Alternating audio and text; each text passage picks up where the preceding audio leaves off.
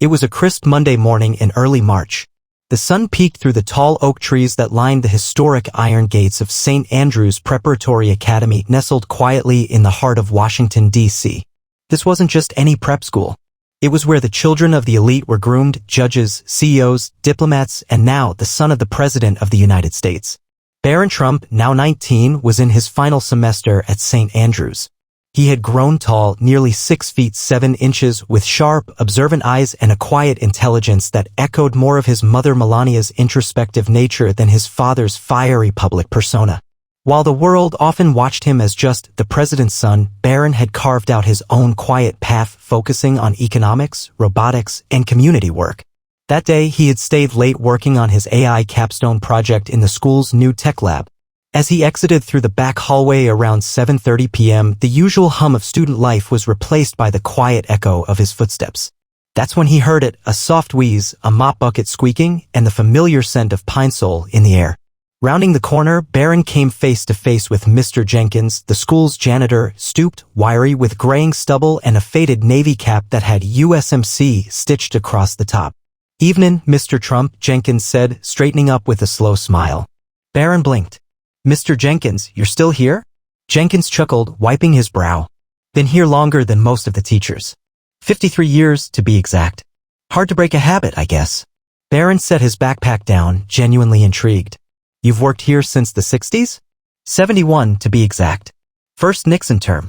Saw everything: Watergate, Reaganomics, 9/11. And now your dad is president." He chuckled again. "Never thought I'd see that." They talked. Not just for a few minutes, but for nearly an hour. Barron sat on a wooden bench near the janitor's closet, completely forgetting about the world outside those halls.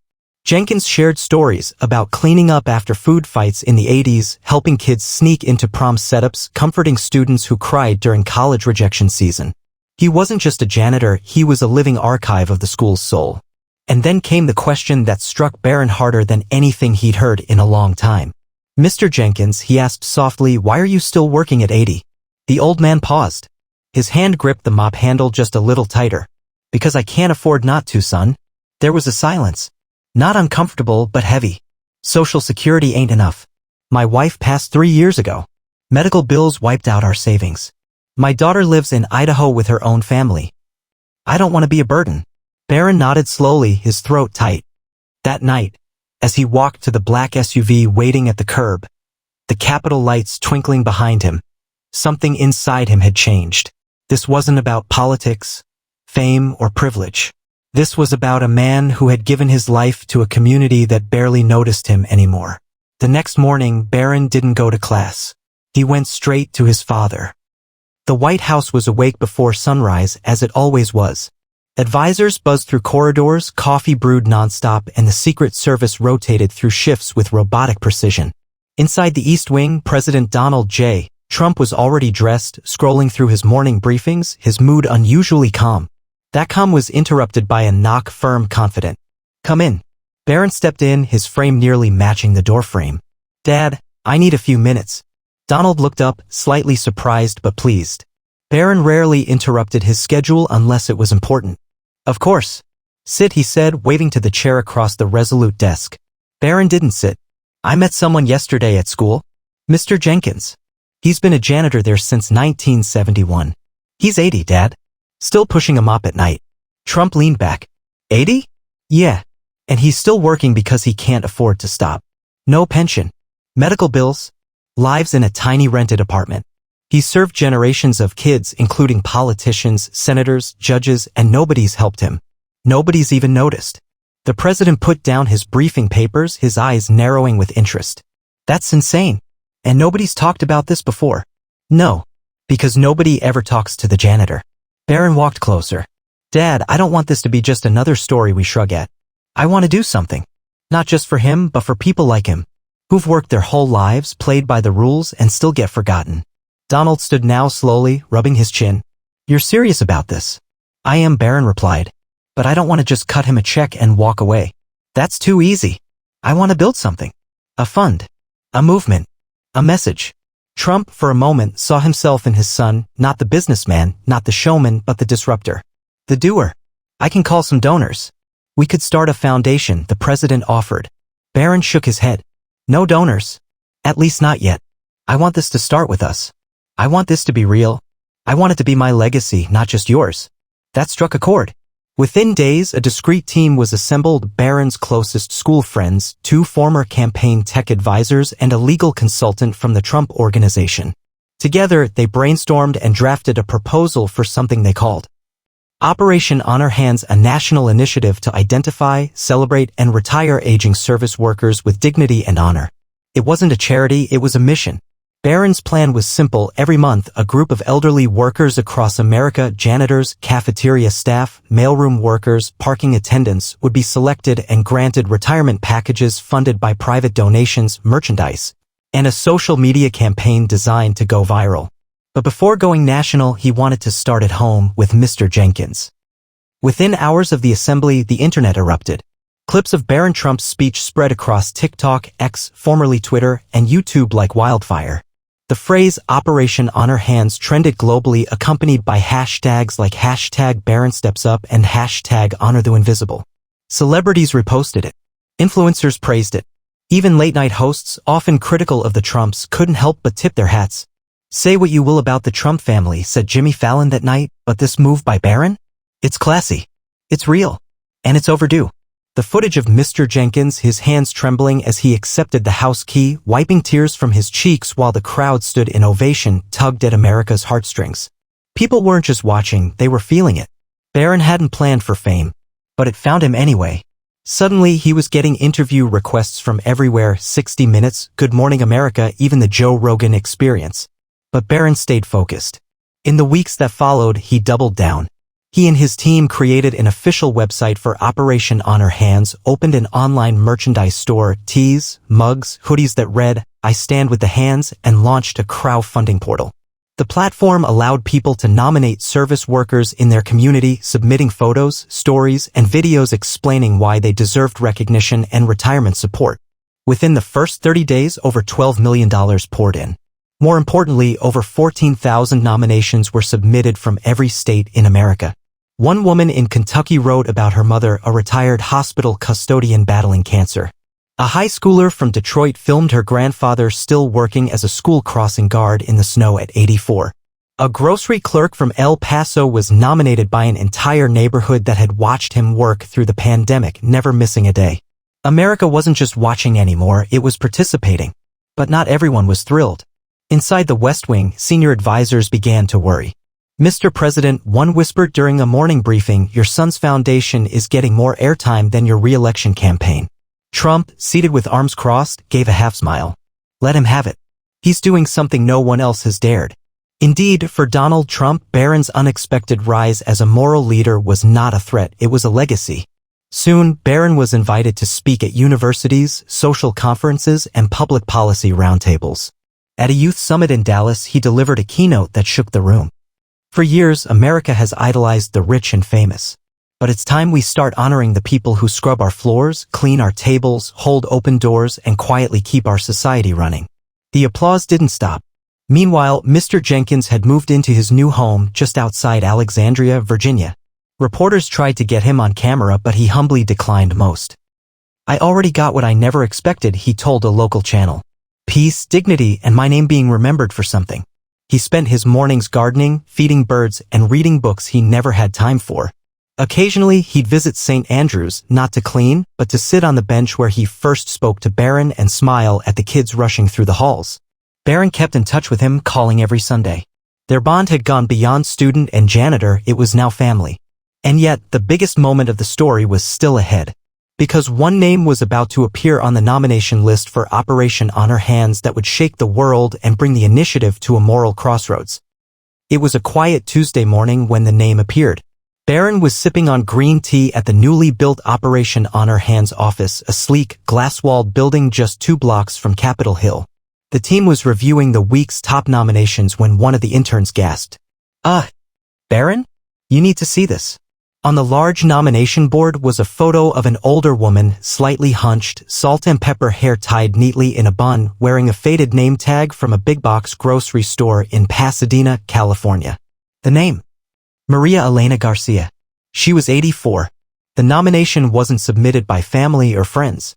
It was from a former senator who wrote, "She served as the night shift janitor in the Capitol's East Wing for over 40 years. I used to see her sweeping long after the votes were cast. She walked to work, worked quietly, and never once asked for thanks. She deserves this." The team looked to Barron. He'd gone pale. "I know her," he said slowly. "I remember her from when I was little. She used to give me lifesavers when I'd visit Dad in the Senate lobby. I thought she was just someone's grandma." He paused. "She's still working?" A quick background check confirmed it. Maria was currently employed at a local Target, working part-time as a janitor during the night shift. Widowed for over 2 decades, she had no surviving children. Her apartment lease was month to month, and she had recently survived a minor stroke. Barron didn't wait for protocol. "Clear my schedule. I'm flying to California." 2 days later, cameras caught Barron Trump walking through the automatic doors of the Target in Pasadena. Shoppers froze. Employees whispered. But Barron wasn't there for fanfare. He found Maria pushing a mop near the toy aisle. She looked up confused. "Senor Barron?" He smiled. "Ms. Garcia. I came to thank you." Her eyes welled up immediately. "I'm sorry I look a mess." "No," Barron interrupted gently. "You look like someone who never gave up." He took her hands in his. "Do you remember giving me candies when I was little?" She nodded, smiling. "You didn't just clean floors. You made halls feel warm. You made government buildings feel human." Cameras rolled as Barron knelt and opened a small box. Inside was another golden key, this one engraved with her name. "You're coming home with us. You're the next honoree of Operation Honor Hands. A new home, lifetime pension, full health care, and a seat at the table for our advisory board." The crowd watching inside the store burst into applause. One employee wiped away tears. Others simply watched in awe. Maria didn't say much, just whispered, "Gracias, niño," as she embraced him. That video shattered records. Within 48 hours, it became the most viewed video on YouTube that month, beating out every music video, celebrity drama, and political ad. Suddenly, Operation Honor Hands was no longer just a Barron Trump project. It was a national phenomenon. People across the country began holding their own honor ceremonies in local schools and community centers. Teachers bought Honor Hands shirts for entire classrooms. A veterans group pledged $1 million to support aged caretakers. Even President Trump on stage during a re-election rally said, "You know, my son Barron is doing something truly special." And honestly, it might be the greatest Trump legacy. But not everyone was applauding. Whispers of criticism began circulating. Pundits from both sides questioned the long-term sustainability of the program. Others accused Barron of using emotional stories for political influence. Even some Washington insiders began grumbling, "Is this a movement or a shadow campaign?" But Barron stayed quiet until a surprise invitation changed everything. The Nobel Foundation reached out. Operation Honor Hands had been nominated for a Nobel Peace Prize. The news stunned the world. Barron Trump, just 19 years old, was officially nominated for the Nobel Peace Prize, the youngest American to be considered for the honor since Malala Yousafzai.